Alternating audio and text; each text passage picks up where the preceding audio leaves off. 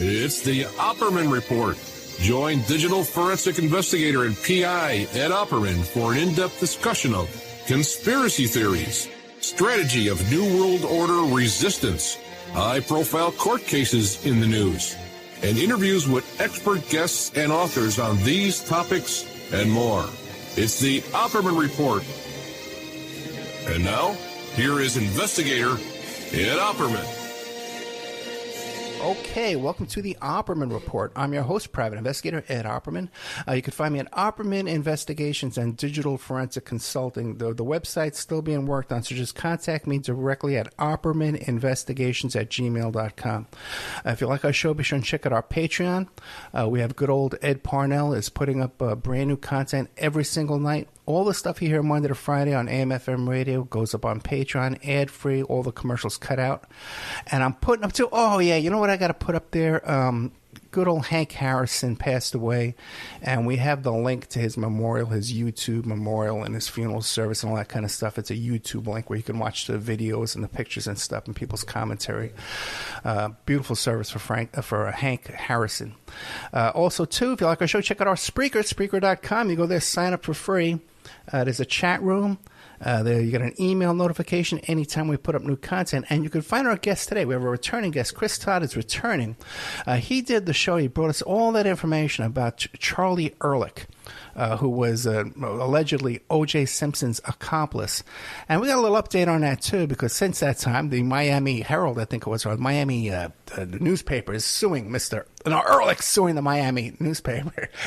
So I got a little update on that. I believe Mr. Todd may be involved in that as well, too. But today we're talking about the Delphi murders, 5-year-old murders, unsolved. And Chris Todd tells us he's got this solved. Chris Todd, are you there? Hey, Ed, how's it going? Good. Thank you so much. Remind the audience, who is Chris Todd? My name's Chris Todd. I'm an investigative producer, author, journalist here in Los Angeles, California. And I've been in Hollywood for about 25 years, and I kind of transitioned about 7 years ago into becoming an investigator, producer in that true crime realm. And I've worked a couple famous high-profile cases and some civilian over these past 7 years. And I'm here to talk today about the Delphi murder case and my journey with that for over 3 years. Before we get into Delphi, first of all, I got to have you come back one time and talk about Natalie Wood, because I know you're like on the inside with all of that, the whole Natalie Wood story. I've tried to get her sister on the show a few times, and unsuccessfully. But what's going on with all this OJ stuff in his lawsuit? Yeah, and I'd be honored to do Natalie Wood. And yeah. I know you're talking about Lana Wood, and I don't know if Lana Wood's the best person to talk to. You could try to get her. She's done a lot of podcasts. She's also done a lot of interviews. And that story has been going on for about 7 years. I was part of the team that initially brought it back to the limelight about 7 years ago. And there was the captain, Dennis Davern, was involved, and some of his investigators and book authors. I went away from them when I found out they were being deceptive about kind of the murder of Natalie Wood.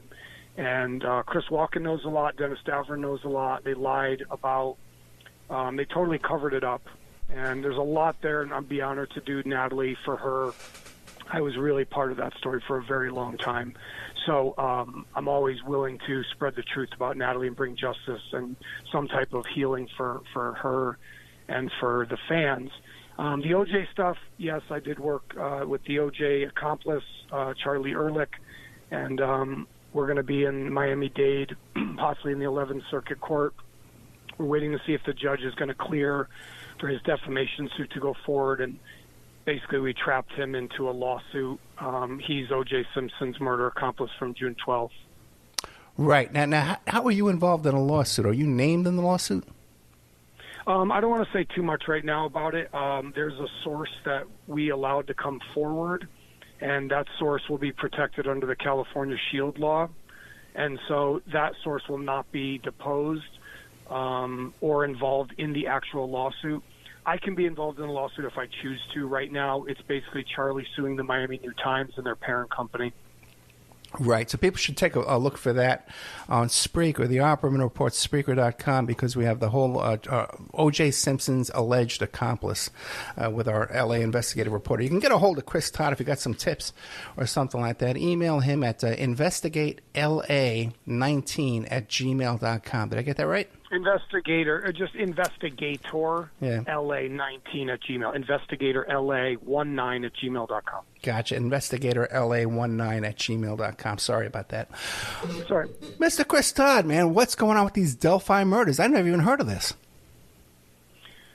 You know, the Delphi murder case of Abby and Libby, and I think it's a very topical, relevant story. It's been in the news a lot. Court TV just did a special on it. We had leaked some stuff to them, and we had one of our private investigators go on there with Vinnie Politan. And that story, it's a sad story first. These were two 14-year-old girls that were murdered on this high bridge out in Delphi, Indiana. And my journey and story on this is quite interesting, and it kind of came back, kind of reared its ugly head. And that's why I'm coming forward today to talk about what's going on. I walked away from this 2 years ago, and then they released a FBI search warrant that I can read from today, too, if we have a little bit of time, but that the Indiana State Police and Carroll County Sheriff did not want actually out in the public domain, and there was a podcast that actually leaked it, and I don't want to say how they got it, but they put out this FBI search warrant that describes this suspect that I had told them about 3 years ago to the families, a couple of the family members, and then I reunited with one other family member, and I just feel bad for these people. The wool's been pulled over their eyes, and they're chasing a bunch of ghosts. They're on a witch hunt right now, and these girls, nothing's been solved, and they have a video of the guy and his voice. Ah, horrific. Well, why don't we start at the beginning? Tell us about who are these girls, what are their ages, and what's the circumstances, the official story of the circumstances of their death. Sure, yeah, just kind of reiterating the public domain version. Abby Williams and Liberty German, those are their names, and they were best friends in Delphi, Indiana, and they went hiking. It was February 13th, 5 years ago, and they were hiking, broad daylight, relatively safe. There were reports that there were a few people hiking around, but it's a very desolate area. It's a small town.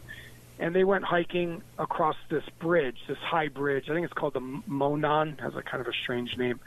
And they were on this bridge hiking, and eventually the next day at about 12 o'clock noon, they find their bodies as homicides about, I don't know, it's not that far, maybe a quarter mile from the bridge. And they actually took a Snapchat video of the actual guy walking towards them. Oh, wow. And they call him the BG, or the bridge guy. In the internet and all the stories, they call him the bridge guy. And they have video of him, not very long. It's about 45 seconds to 50 seconds, I believe. No one's ever seen it. I do know some of the family members that have seen the video in its entirety. And we'll go into all these kind of strange things they did with pencil sketches versus using the video and screenshotting the video and still photos.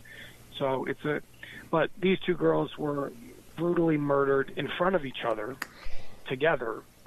And there needs to be justice. And there's a cover-up in Delphi and in Indiana.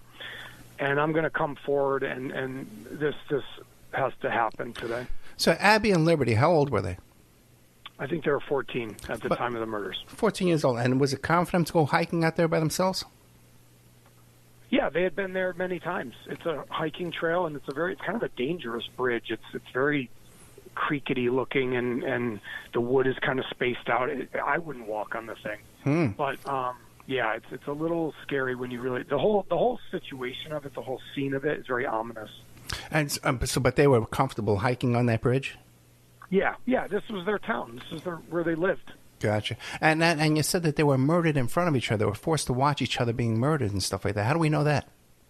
Well, I mean, when I say in front of each other, I mean, there's a possibility that he makes one walk away, turn around, don't look. He had a gun. He held him at gunpoint. The murders are committed with a sharp instrument, which is most likely a knife.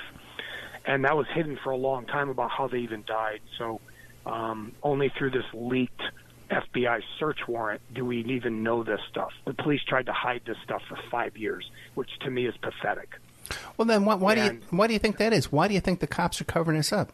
Well, I want to go into that after. I think just focus on, because step by step, it's going to be shocking to a lot of people here, your audience, about how this went down. I just want to go kind of step by step. But, well, let's put it this way. The guy tells them down the hill, and they walk down the hill, and he walks them back towards this river creek, and they can't find the bodies for like almost 24 hours.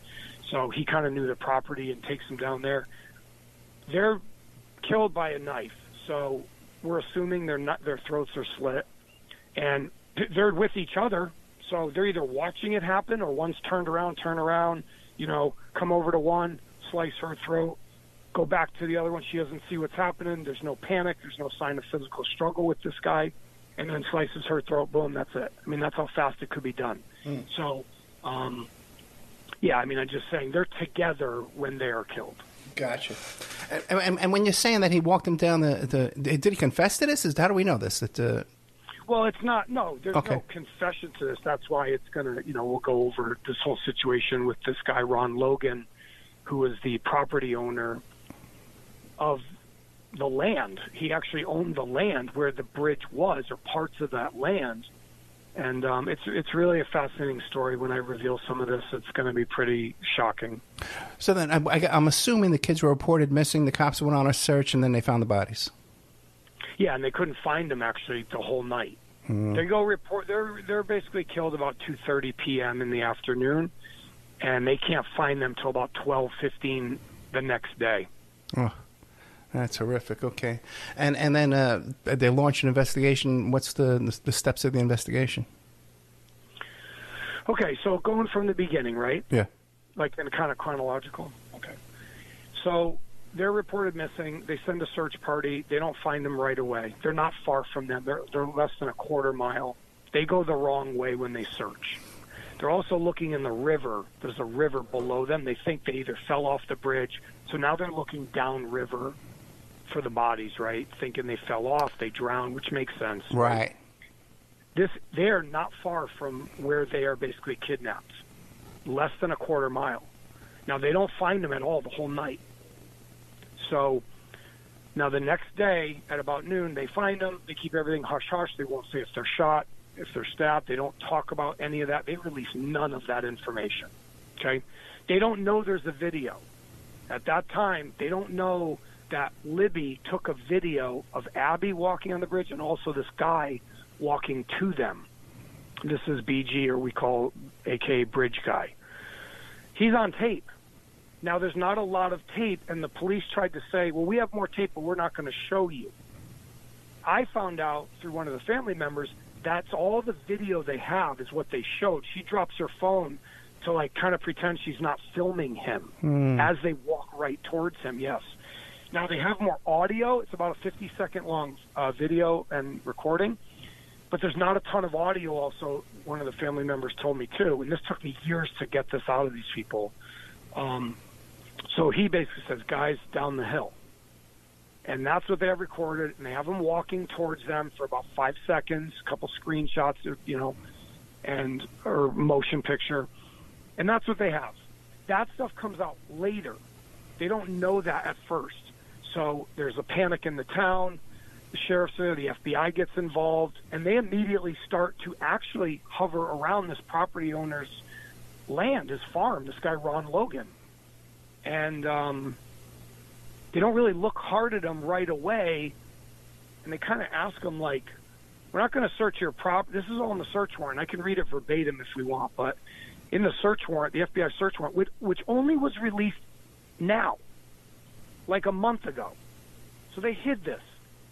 And why? Why did the Indiana State Police in Carroll County, why did you hide the information?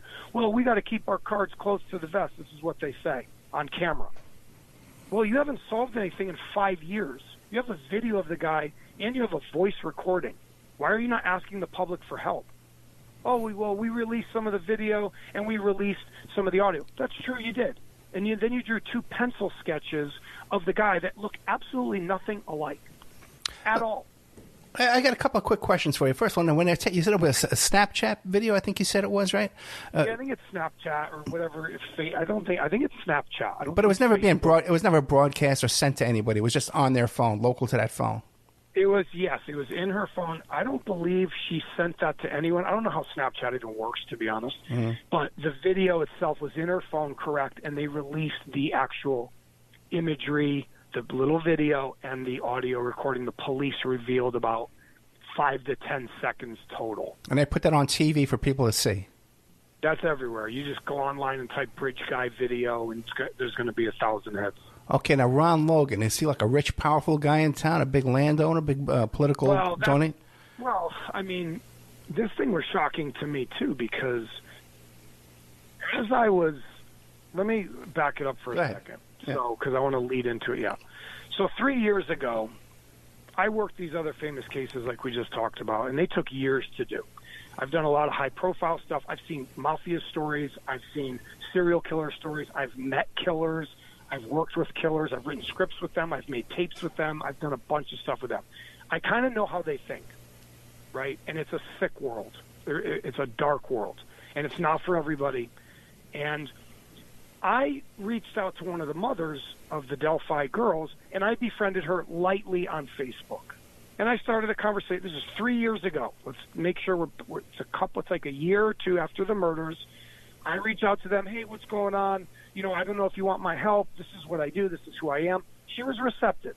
She's like, I'd take any help. We can't, no one's been to my daughter's murder. So I stayed in touch with her for a couple of months. We kept talking back and forth. And I said, what's with this guy, Ron Logan? Because in the video that you have, they also interviewed this guy with Inside Edition and also with a couple of local radio stations. They interviewed him. He has 3 interviews on YouTube. Now, when he walks up to the camera, his limp is the same limp as the guy on the bridge. And he's the same body type. And he's wearing the same hat and coat. And so at first, I thought it was kind of a different hat. I wasn't super sure it was him. I was like, wow, this guy's got a lot of nerve if he would just go on camera wearing the same outfit. So in the beginning, I couldn't hard peg that it's Ron Logan, right? But I said, what about him? Oh, the police cleared him. And I said, oh, okay, well, I don't want to say too much. When you deal with the mothers or family members, you got to be really careful. They'll block you. They'll call you. They freak out. Okay, I've been dealing with this for over 7 years. So I said, what? Well, they cleared him. I'm like, well, how'd they clear him? Oh, well, they say they have DNA. And here comes this inevitable DNA discussion, and everybody always, we need DNA and DNA. And I'm just like tired of people talking about DNA. It's like killers don't always leave their DNA there, and you don't always detect it. And also, everyone's DNA all over them when we even interact with each other in a day-to-day basis. Some DNA lives for a very long time, unless you wash it off, bleach it off, or sunlight, or some extreme. Some DNA literally can last hundreds of years. Okay, go look up its half-life. So I talked to her about that. She's saying no. I walk away. I leave it alone. I go on to my other cases. They're way more high profile. I wanted to help these girls. I was touched by the story, of course, but I had cases that were going to bring me a lot more to-do and hoopla. I didn't need to, focus on a small town in Indiana. I walk away for 2 years. I work my other cases, have all this drama on these other things. And a month ago, one of my assistants emails me early in the morning and goes, you need to see what's going on in Delphi. And I'm like, I forgot about this thing. Well, lo and behold, here comes this search warrant. Oh, this podcast, they just released a search warrant by an FBI special agent. And they didn't want it released. They somehow got it. And they made it public, and the police didn't want them to. Well, what a coincidence. This whole FBI search warrant talks about, guess who? Ron Logan. The whole thing. Well, that's weird. So I kind of pop out of bed. They hit me 6 in the morning. I pop out, and I'm like, oh, now I get it. They're like, yeah, you get it? I'm like, we said this 3 years ago. So my indignation, what happened to me was I started to be like, I'm kind of getting tired and annoyed by the media and the police constantly ignoring me. It's getting dangerous. It's almost dangerous, right? So if I come forward and I go, I think this is the guy, and I have some reason to believe that, maybe you want to listen to me. I did solve arguably the most famous civilian murder case of all time. Maybe I kind of know. When you get on an airplane, right, do you quiz the pilot? Like, do you know how to fly? Do you drug test him? No, you don't. You trust the system. So if I'm this guy and I'm out there solving these famous murder cases and labeling killers, wouldn't you want to listen to me? So Indiana State Police ignores me. Carroll County ignores me, calls me crazy on the phone. They send me some emails. Recently, I reached back out to them. Yeah, contact us here. This is private. We want to talk to you. They showed some interest. Okay, what's up? You know, I want to get on the phone. No, we just do it through email, and then we'll sift it. It's like, you guys. And so the FBI search warrant lists Ron Logan, and I'm going to list the key elements from this search warrant. Why are they talking about Ron Logan? You know? So it just brought me back. I'm like, this is getting dangerous. What was the subject of the search? I could have murdered. What was the subject location of the search warrant? Where was this search warrant executed? His house, his property. Ron Logan's house and property. Yes, inside and out. Gotcha, okay. And it's all there, and the judge says, even there, you are ordered to search his. I like how I always love that kind of thing. You know, this FBI agent submits the request for the search warrant, I believe around March. It's like mid-March. It's about a month later. She has to compile her reasoning, right? She's kind of pitching the judge, right? Right. I want a search warrant. She's with the FBI. She's not with the Indiana State Police. Now, her jurisdiction, she may not really have jurisdiction. I don't know. I'm not an expert, and I'm not a lawyer. I don't know if the FBI has jurisdiction over this crime because there's children involved. I don't know. Obviously, she's coming forward and saying, we need to search this guy's property and all his phones and his tablets and his computers. They think he took photos and took souvenirs, moved the bodies, and I'll explain that after. So, and it just woke me up, and that's why I'm coming forward. I'm like, and I have more evidence why it is Ron Logan. And we can say allege, and we can say it's my theory, and to protect you and your show, sure, I will allege. It is my theory that Ron Logan murdered Abby and Libby. He's dead. Was he brought in for an interrogation? Not really. He had a probation violation for driving without his license, so they stuck him in jail for about a year. Okay, then they let him out on house arrest. Oh, really? And they lied about when he died. Now, do we now? If they have such specifics, they say, well, we think he moved the body. We think he has souvenirs. How do they come to that conclusion? Right. So that's in the search warrant. And like I said, this had to kind of reinvigorate me and wake me up like, whoa, I need to come back to this real quick. In the search warrant, so I'll list a couple of the main key points. Okay. I'm not going to say the agent's name and stuff.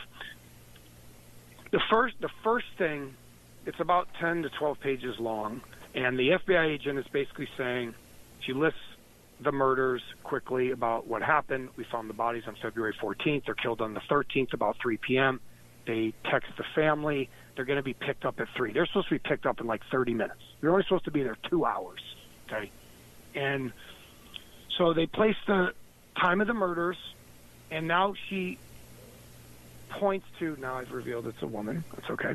It's a female officer, agent. She points to Ron Logan. She talks about when they say to him, we're going to search your property. If there's something that we find here that points some evidence our way, are we going to find something? He says, I don't know.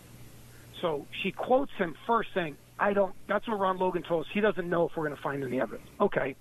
They don't search his property, though, on the first day after the murders. They don't. Mm-hmm.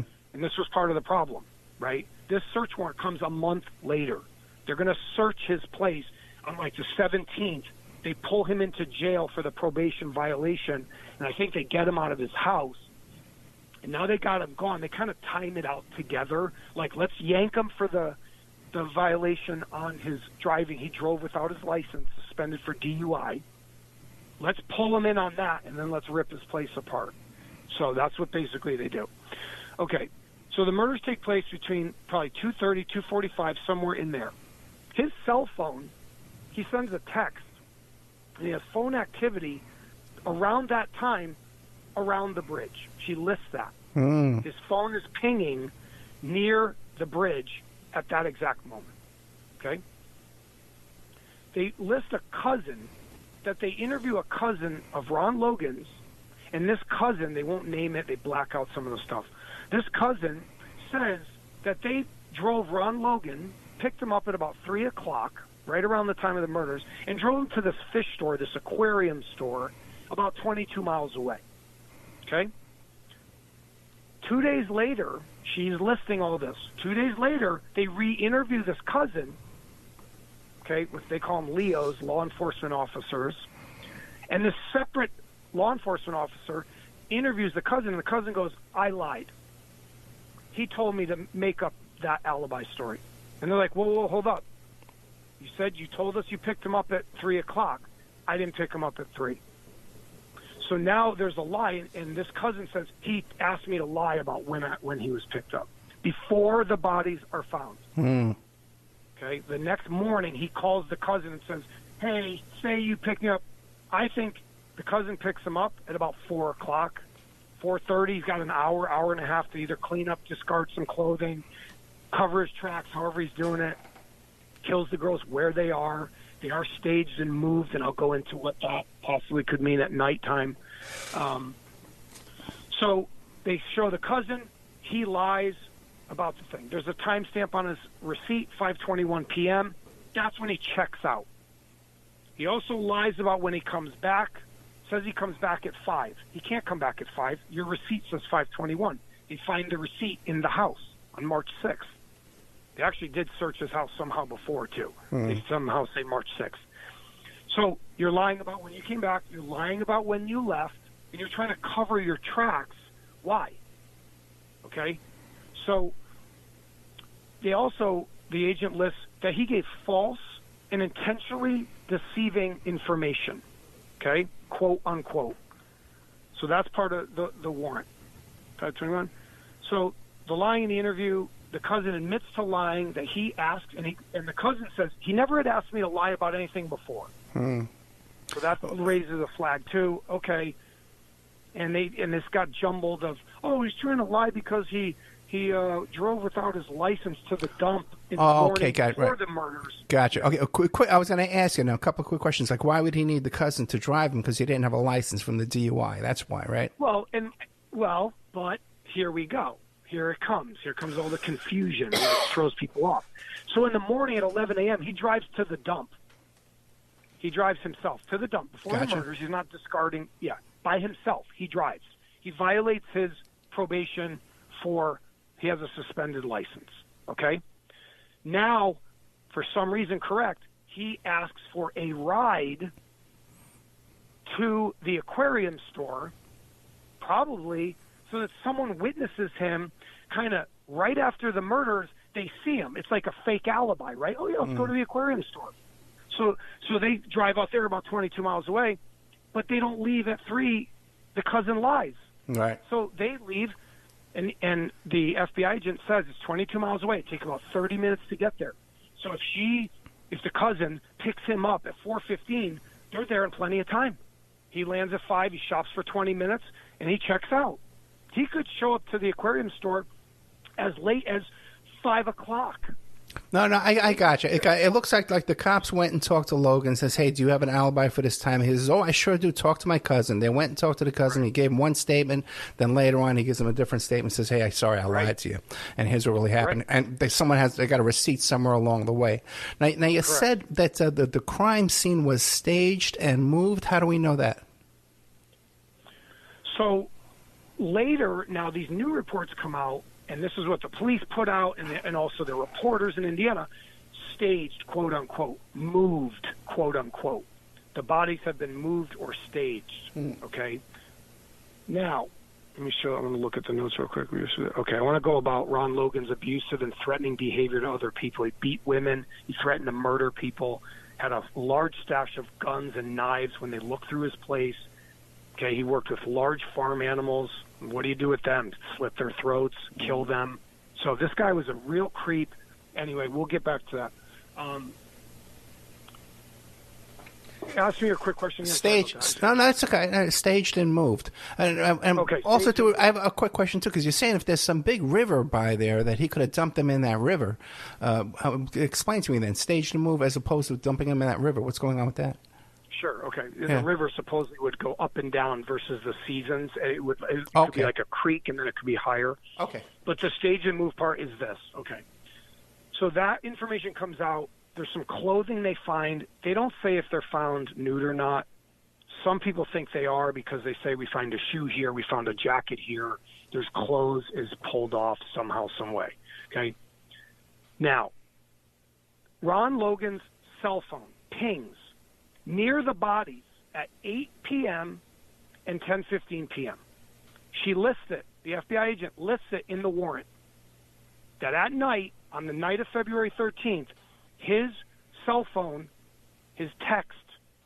Now, he's either showing somebody photos of the bodies or calling someone or texting someone. I don't know. I'm not God. I don't know. He's around the bodies. His phone's pinging at 8 and 10. What I later started to put the pieces together was he knows the search party is not over there because he could see it from his place. He just walks out a little bit. He knows they're not there. Now, also, let's say he walks out at 8 o'clock in the search party and he runs into the search party. It's his property. He's looking for the bodies too. He's concerned. Then he walks back out at 10:15, goes back out again. Let's go look around. If I run into him, no big deal. So he has this kind of ability or alibi to be there, right? And it may help him. Who knows what's running through the guy's head? He obviously is a psycho who kills 2 little girls for no reason like that. So his phone, she lists, his phone pings during the murder time at the bridge in the exact vicinity. And the FBI agent also specifically says he's not in his residence. He's not in his house. I don't know how they know that, whether Wi-Fi or something. I don't know. Says he is not in his house. He is near where the bodies are discovered. So now, is he wiping them down? Does he take out some bleach wipes? Is he wearing gloves when he kills them? Maybe. We have video of the guy wearing gloves in an interview. So is he out there wiping stuff down? Does he pose them? Is he playing with the bodies? I've seen crazy stuff with these types of people. He could be admiring them. This is his last chance to look at them. They're going to be discovered in about 12 hours. So, I mean, how much more do you need? Well, also, too, we have the search warrant affidavit saying that they believe he had some kind of souvenir, so that could be taking photos or whatever, like you're saying, too. Correct. All fits. Oh, boy.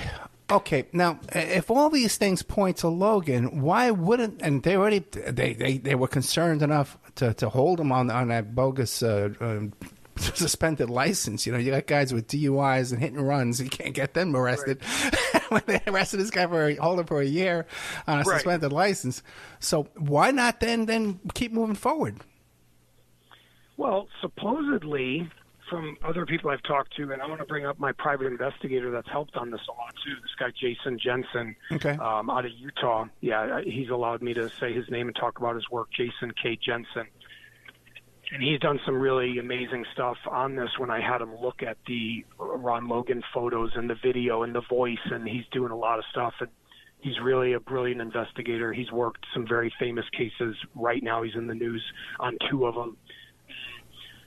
From what I learned, they did bring Logan in, and they probably questioned him. There's no log of it.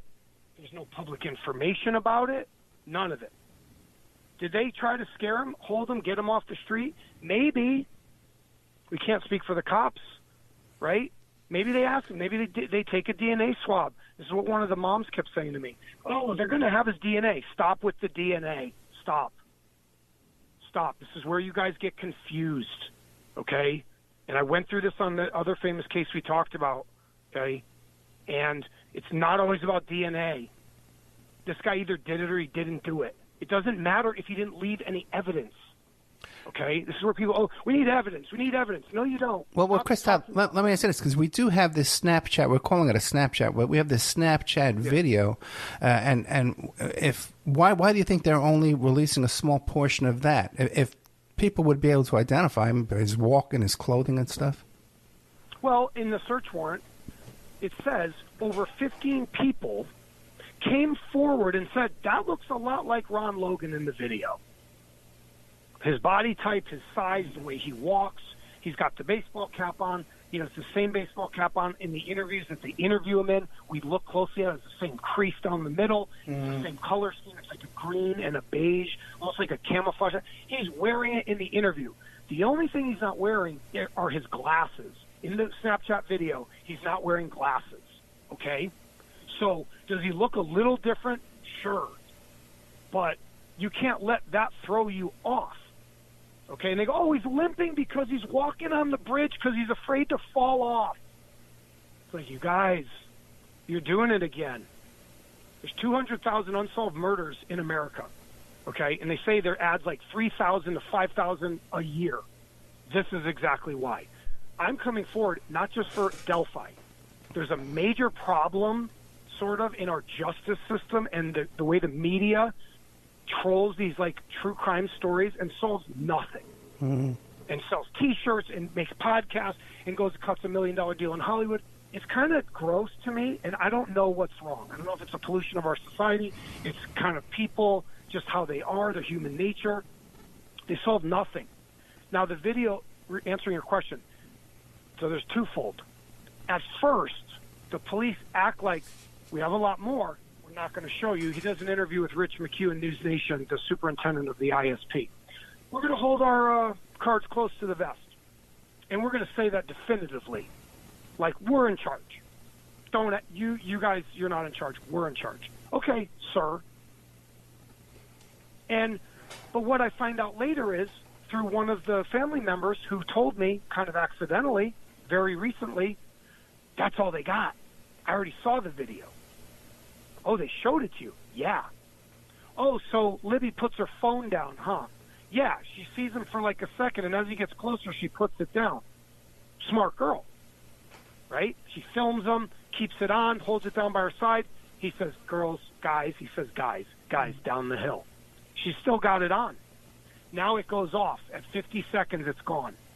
So there is no more video of him. And there's not much audio either, they said, which I was surprised. They said, does he talk more? Is he saying more? They're like, no. You just hear him walking. He's got a gun. He's pointing a gun at him. Even these internet sleuths show that there's a gun inside his jacket sitting there. And let me reference real quick the FBI search warrant that this woman talks about his guns and also says, he has this kind of fancy fanny pack. You know what she means by fancy fanny pack? Holster. And that's what he's got under the jacket. His gun is in a holster. You can look online. They show the outline. They're like, that looks like a gun. And it probably is. And I wish these girls ran. I do. I wish they ran away. But they didn't. And we can't turn back the hands of time. So they don't have a lot of video. There's not video images. But let's talk about the pencil sketch. Let me ask you, Ed, yourself. Why would you put a pencil sketch out if you have a video of the guy? That's a good question. And how did they derive this pencil sketch? By looking at the video and making a sketch of the video? They wouldn't tell us. What one of the family members told me, too, was they wrote the first pencil sketch. It's very detailed, and it looks like, oh, my God, that's the guy. And he's got a goatee, and he's got this paperboy cap on. Nope, it's not. It's a baseball cap. I thought it had earmuffs at first by the video. It's not. That's what Jason Jensen had to point out to me. He goes, that's a baseball hat.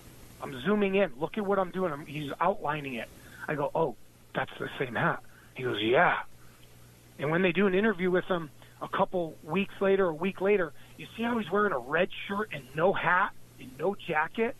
I'm like, oh, yeah, because he knows they got video. Chris Todd, let me ask you a couple of questions. Because we only got about 10 minutes left. Now, real quick, you're right. We don't. Why did the FBI come into this case? No one's. Have you asked anybody why? And what about Mr. Jensen? Has he asked why the FBI entered into this case? Well, we had we did use someone to write the ISP, and they ignored us. We have a paper trail now because we're going to come forward with the paper trail to the ISP that we said, you're going to have to sacrifice Ron Logan for your department, because if you don't, and all this truth starts to come out, you're going to look pretty stupid.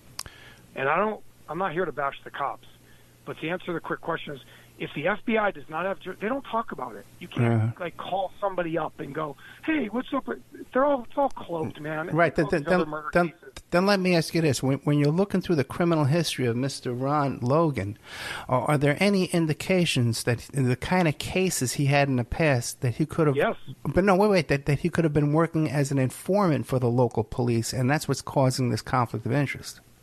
I doubt it. I mean, he has beating an ex-girlfriend. He threatened to kill his ex-girlfriend who lived with him in 2016. It's in the search warrant. She said to the baby daddy, "If I wind up dead, Ron Logan did it." Okay. He was an abuser. He was an alcoholic. He's a psycho weirdo, creeper guy. Okay. And look at his mugshot. How did he earn a living? What was his occupation? He had a farm. He had some land. I'm not saying he's a rich guy. I don't know what he does. I don't know too much about his property. And I said they should sue him, take his whole estate, file a civil lawsuit, take every single piece of property this guy owns, just on principle alone. Not about the money. Just take everything from his family. And so if they want to do that, they can. For me, if we don't have a lot of time, I'll wrap it up like this. No, we got plenty of time. Let me ask the question real quick. Did he have a family? Did he have a wife? Did he have kids? Did he have brothers and sisters? I don't want to say too much about his family. He does have a child, and he died just 5 months ago. They lied about when he died. There's no obituary. On his background dossier, it does not say deceased. It does not. I have it. Okay. Why doesn't it say deceased? Well, sometimes it takes some time for that to pop up on a database search. Well, I know. It's supposed to come up 5 months. Nah, because that comes through the credit reporting agencies. But the thing is this. Okay, so they lied about his death. How do you know he's dead? How did you find out he's dead? Well, that's a funny thing. So the reporters list, and everyone says he died in 2020, 2 years ago. I have a conversation with one of the family members very recently, and kind of it was contentious. I will stick up for these family members, if they're going to call me names and say I'm like the rest of the media and I'm trying to garner fame. I'm not like the rest of the media. If you look at my history and what I do, I'm not like Hollywood. I'm not like them. That's why they don't like me, because I'm not fake like them. And I don't troll people's murder stories for profit. I try to solve them and bring justice. So the family member says to me, "I just saw Ron Logan." I go, "Whoa, hold up. It says he died in 2020. We just said on Court TV he died in 2020. Because Jason went on Court TV. You can look it up. Jason Jensen, okay. Court TV, Vinnie Politan, about Delphi very recently. And we triggered that. We got them talking again. We said, okay, so it's Court TV is a source that this guy died? Because I got to tell you something. They get stuff wrong all the time.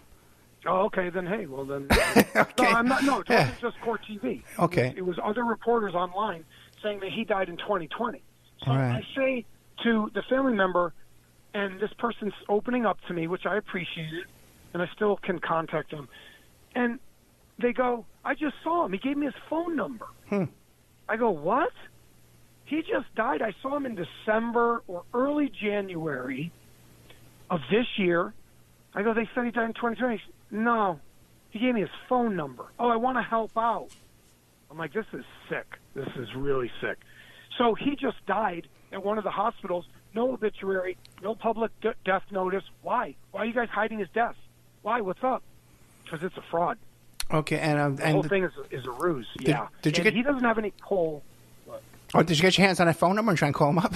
See if he answers the phone. I actually, here's the funny thing for your audience, because I know they love kind of like investigative, conspiratorial stuff. So sure. I love this too. So I get the dossier. It lists a cell number for Ron Logan. Okay. I call it. No answer. It's live though. It says he lives in Florida. I'm like, no, there's no way this guy is still alive, fakes his death, moves to Florida. I call the number again. Nothing. 2 days later, call the cell number again. I just keep hammering it because I'm like, this thing's not dead. It's not going straight to voicemail and stuff. A guy answers. I go, yeah, can I speak to Ron Logan? I just asked. He goes, some people have called me. I'm not Ron Logan. I go, but this number is real. He goes, yeah, but I got the number like 4 or 5 years ago. I go, oh, okay, probably when Ron changes his number, right? So this guy says to me, he goes, some guy keeps calling me and goes, hey, Ron, I thought you moved. I thought you were, where are you? And I go, well, can you give me that guy's number? He goes, I don't want to give out the guy's, I don't want to deal with this anymore. He goes, I told the guy I'm going to call the police on him. And the guy wrote back, or they were texting also, and he goes, I'm going to hand in this stuff to the sheriff. I'm going to tell him you're asking me about Ron Logan. The guy who kept calling this number said to him, he goes, hey, Ron, they're going to throw you off the high bridge. So this guy was either harassing. He knows it's Ron Logan, right? It's probably some angry townie who's like on this guy.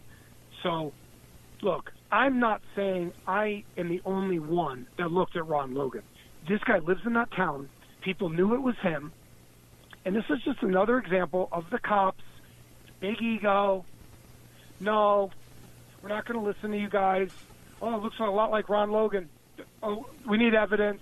We got any DNA? Like, it's just, this whole thing is, go look up unsolved murders. Go read a couple cases. Look at what the cops did. Look at Rachel Runyon. We're gonna come forward on Rachel Runyon in Utah. We solved her murder. We solved it, not necessarily myself. Jason Jensen did too. He's the pivot on that. He solved it in like 2 days. It took them 38 years. They couldn't solve it. He solved it in 1 day. He posted something saying, hey, anybody know about Rachel Runyon? This guy drove this car. He bought the car. It's a fascinating story how he did this. He bought this weird Pinto Squire. Anybody see this car? A family member writes him a day later and goes, yeah, my uncle drove that car. This is his name, blah, blah, blah. He lived down the street from Rachel Runyon. 1 day. So this is about, I'll just say this last thing. Yeah. This is about our police, and I think the FBI is a hero on this. They deserve some new publicity instead of getting slammed by all these other sexual abuse cases right now. They're just getting dragged through the mud. The FBI was the hero on Ron Logan, on Delphi. They didn't want to listen to him. They probably don't have jurisdiction. They can't do it. They said it was him. They showed all the reasoning. So they deserve some credit on this. It's not, they can't be bashed on this. They are the hero on this more than the police. Real quick, it looks like a really good witness in all this is the cousin, right? Now, have either you or Jensen tried to contact the cousin? The cousin's name is blacked out, redacted. I do have an access to possibly go to that person because I know someone.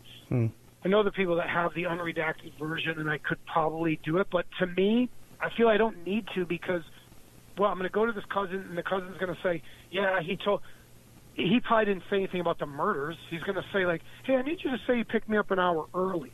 So to me, the most important people really are the families. They're the mothers and the grandparents. One of the girls was raised by her grandparents. And I know they've been hounded 1,000 times. They get called. I get it. Yeah, sure. So I've left them alone. I'm here to bring forward, let's all look at Ron Logan. Let's look closer. He's dead. You can't prosecute a dead guy, okay? But there's a cover-up that happened. The story's interesting. That shouldn't happen again. And I don't care if these people are in hell, heaven, purgatory. They still need to pay. They need to be labeled and named so the people can move on. And they're also doing these crazy witch hunts about Anthony Schatz and Kegan Kline. I read the whole interrogation.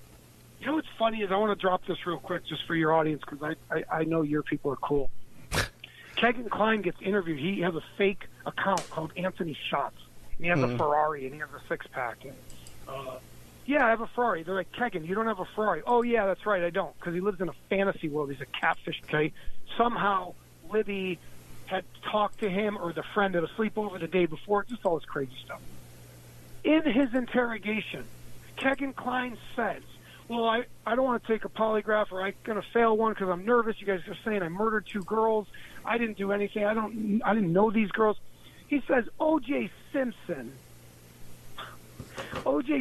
failed a polygraph too.